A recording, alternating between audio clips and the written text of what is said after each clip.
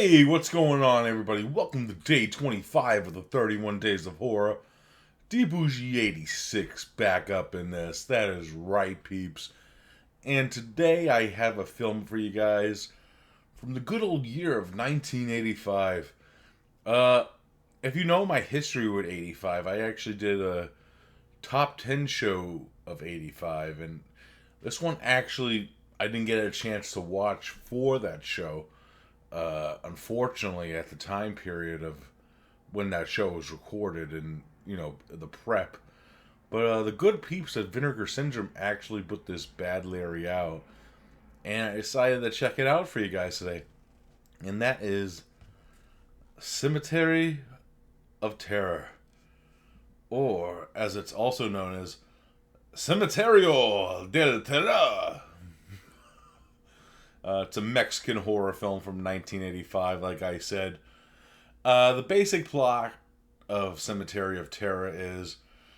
it starts out with, this satanic serial killer that's going around killing people, and he ends up getting shot to death after he just killed his last victim.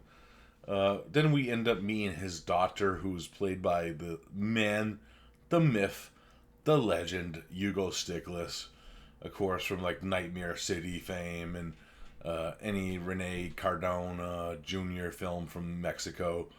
Hugo Stiglitz is in this movie, peeps. So you're going to get some of those iconic facial expressions. We're introduced to him, and he's talking about we have to cremate this killer's body.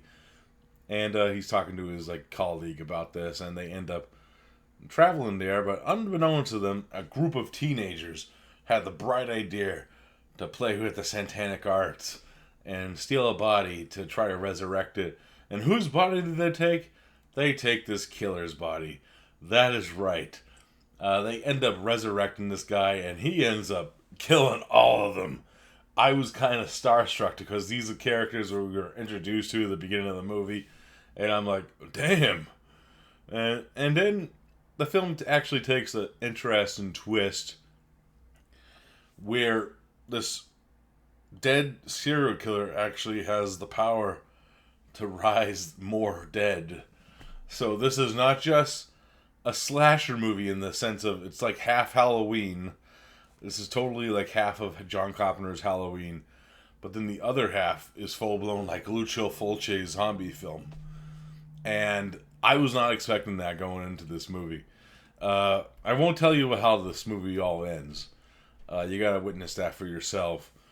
But it kind of has a resolution to another certain 80s horror classic, which I won't name because then you'll get how this movie actually ends and how they stop the evil. Now, my thoughts on the film. I had no idea this film took place on Halloween.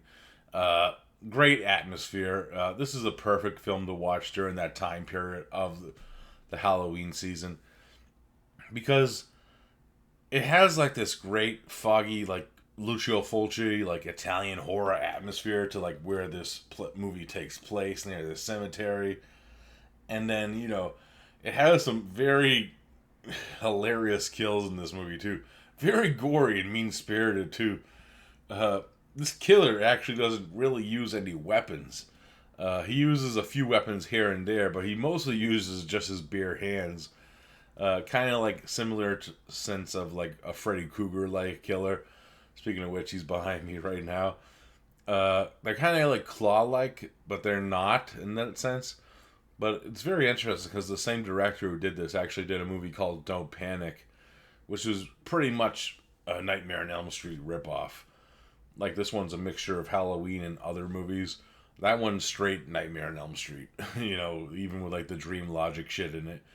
But, great score too. The atmosphere to the score is great in this film. I just had a blast watching this because I did not know what I was getting myself into with this. And if you love slasher movies, and if you love zombie movies, this is the perfect blend of both those genres together in one fucking movie. And it being set on Halloween is just, it takes the cake. Transfer is Beautiful by Vinegar Syndrome on this release. Uh, it looks great. Because I actually, now that I think back to it, I did try to start watching this, but the print I was watching, I think it was on YouTube, was pretty shitty looking. That's why I never went back to it. And that makes sense, because sometimes when you're watching like movies and you get used to like these new high quality transfers, and then when you watch something that has like the shittiest transfer ever, it kind of takes you out of it. And that's kind of what happened to me. But overall, this is a great release. This is one that I'll be watching every Halloween now forever. And I think you guys should too. It's fucking great.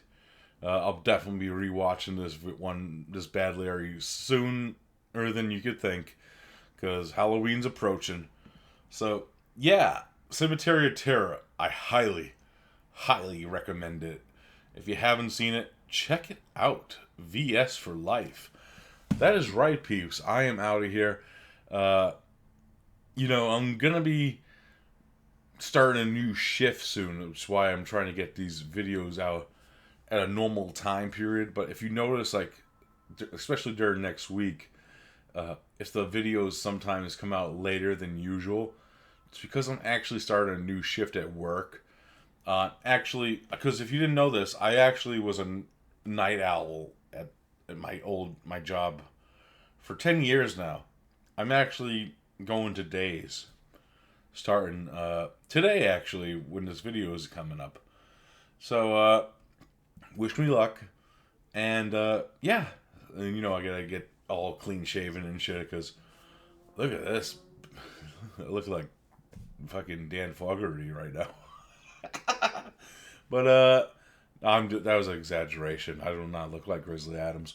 But anyways, I'm just babbling, guys. I'm just kind of excited to start this new chapter in my life. And if you follow my podcast career, this also works too, because, I get to record more of my shows at a normal time, do more guest appearances, and get myself more out there, But overall, I hope you're enjoying this 31 Days of Horror so far, and just wish me luck on my new extravaganza of a job. Working in the day shift. So I'll see you soon, peeps. Peace out.